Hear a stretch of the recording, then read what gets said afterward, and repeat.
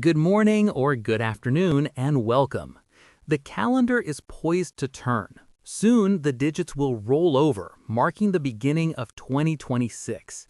For many, this moment is traditionally reserved for reflection, a time to look back at the resolutions made and perhaps the goals left unachieved. But today, I want to invite you to shift your focus entirely. I want us to look forward, not with hopeful anticipation, but with intentional conviction. The title of this segment is not a suggestion, it is a declaration. Stop waiting. 2026 is your year. Let's dissect that phrase, starting with the first powerful command: stop waiting.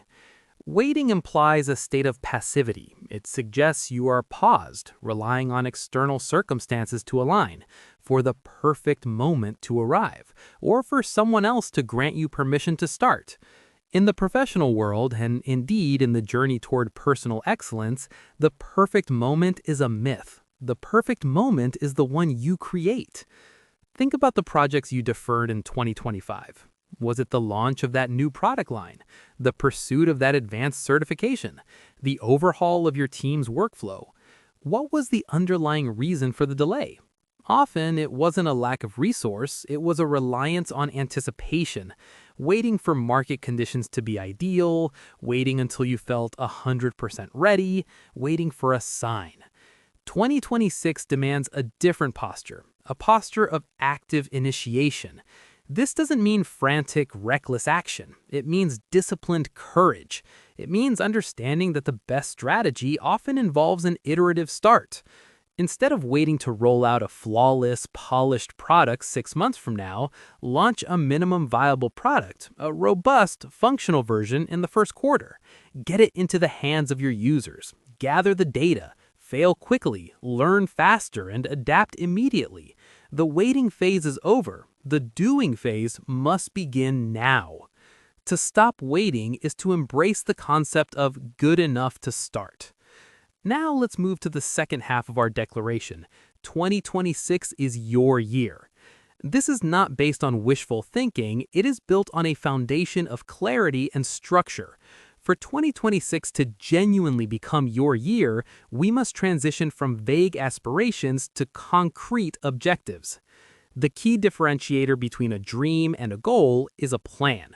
A plan, in our context, must be built around 4 core pillars of professional and personal growth. Pillar 1: mastery through focused skill acquisition. The professional landscape is not static, it is constantly evolving. The skills that served you well 5 years ago may now be foundational but insufficient for leadership and competitive advantage. For 2026, identify one high-leverage skill that, if mastered, will dramatically increase your value proposition. This is not a casual interest, it is a strategic investment. Is it data analytics, transforming raw numbers into predictive insights for your division? Is it advanced emotional intelligence, enabling you to navigate complex stakeholder relationships and mediate high-stakes conflicts? Is it systems thinking, moving you from merely executing tasks to designing resilient, self-optimizing organizational processes?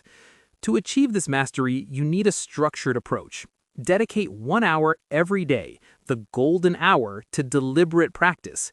This is not passive learning. It involves applying the skill, receiving immediate feedback, and refining your approach.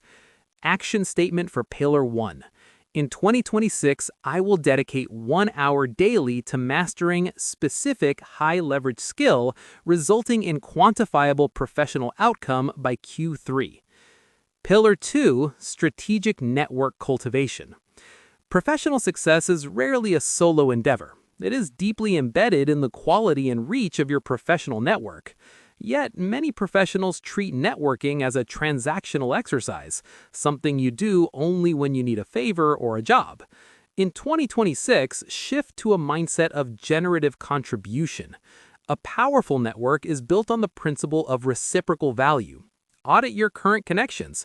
Who are the individuals who inspire you, challenge your thinking, and operate in spaces you wish to explore? Identify your value proposition. What specific, unique insight or resource can you genuinely offer to them without expectation of immediate return? Schedule impact conversations. Commit to having one truly meaningful, non-transactional conversation per month with a senior leader or an innovative peer. The goal is not to ask for something, but to share knowledge, explore mutual challenges, and deepen the professional relationship. This shift transforms networking from a superficial activity into a strategic partnership engine.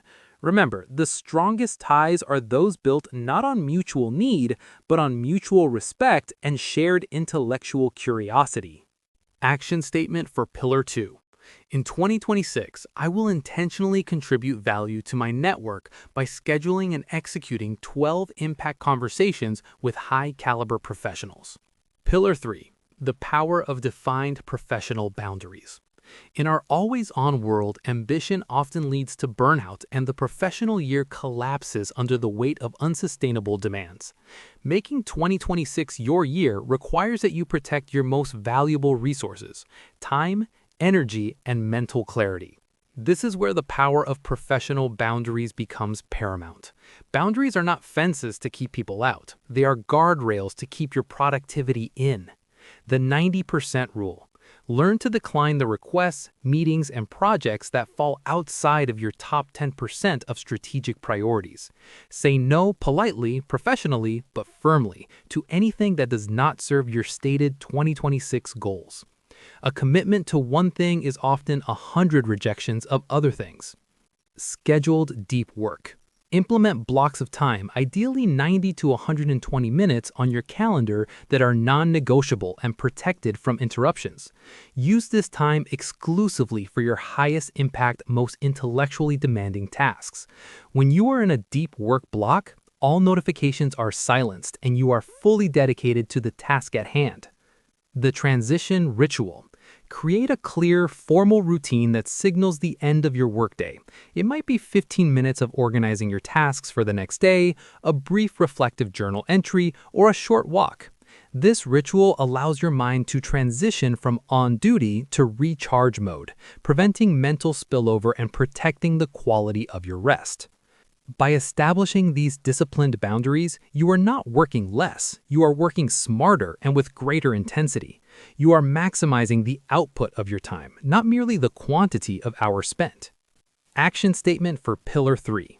In 2026, I will implement a minimum of 3 90-minute deep work blocks per week and adhere strictly to the 90% rule for all incoming requests. Pillar 4. Embracing the metrics of failure. Success stories are inspirational, but they often sanitize the messy, necessary process of failure. In 2026, we must change our relationship with setbacks. Failure is not the opposite of success. It is a mandatory, high-fidelity data point on the path to success. If you are not failing, it means you are likely operating too far within your comfort zone. You are pursuing objectives that are too small or risks that are too marginal. For this year to be your year, you must commit to intelligent risk-taking. When a project doesn't meet expectations, when a launch falls flat, or when an initiative is terminated, treat it not as a cause for demoralization, but as a mandatory review. The post-mortem standard. Conduct a dispassionate, blame-free analysis. What were the specific assumptions that proved incorrect? What part of the process was flawed? What is the one critical lesson you can immediately integrate into the next project? The growth mindset anchor. Actively acknowledge that the temporary setback means you are playing a bigger game. It means you are reaching for a higher level of impact. The ability to recover quickly, to synthesize the data from the failure, and to deploy a revised strategy is the hallmark of professional resilience and a non-negotiable trait for true leaders. Action statement for Pillar 4. In 2026, I commit to viewing every setback as essential data, executing a professional postmortem, and immediately applying the single most critical learning to the next iteration. Conclusion. The choice is yours. 2026 is not an automatically successful year. It is a blank canvas of 365 days. Its success or failure is not predetermined by the economy, the market, or the competition. It is determined by the decisions you make starting right now. Stop waiting means you accept that you are the primary agent of change in your life. No one is coming to save you, promote you, or motivate you. That power resides entirely within you. 2026 is your year, means you have delineated a clear, structured, and actionable plan across the 4 pillars of skill, network, boundaries, and resilience. You have the opportunity now to exit the passive waiting room of aspiration and enter the dynamic arena of execution. Do not simply hope for a better year. Design it, demand it, do the work. The time for reflection is over. The time for declaration is now. Stop waiting. 2026 is your year. Let's make it count.